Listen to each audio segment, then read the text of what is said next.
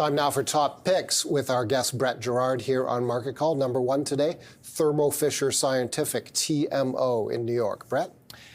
So Thermo had a spectacular 2020 through 2022 on the back of COVID. There was a lot of experimentation around vaccines and things like that to try to figure out how we could get our way out of that mess.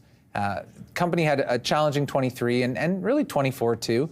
They sold so much product through the early part of the 2020s that there was just an overhang of inventory.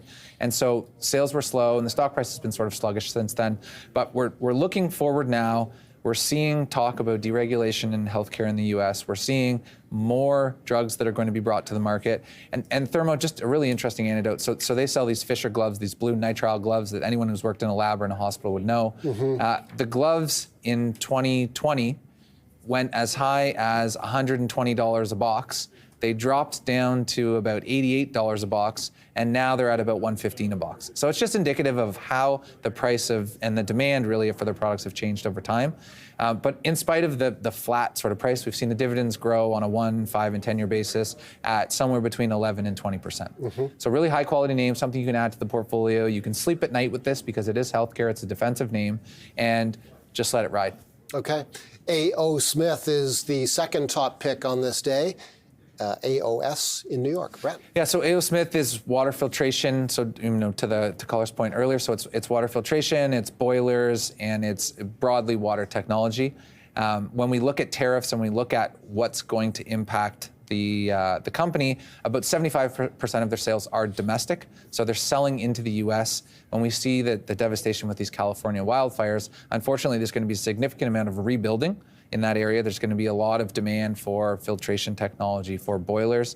And although they've had a few missteps in China and in India over the last little bit, the dividends continue to grow by about 12% per year. It's a high quality name, and it's something that I think is relatively cheap compared to historical rates, and something that could be added to the portfolio quite nicely. Okay, and number three on this day in terms of a top pick, Halma PLC. It trades in London, also available on the New York over-the-counter market. Tell us about this company and this stock. We're going across the pond with this one. This is a UK-based company. You can see the chart, and it sort of stair steps up over time. They have three big segments. So there's fire safety, there's wastewater detection, and then they have a healthcare segment, which is really focused on cataract lenses. So they are a serial acquirer. They own over 50 companies across the three different segments in their portfolio. And they've done an exceptional job of finding these sort of small backwater companies, purchasing them at a very attractive valuation, and then growing the businesses over time.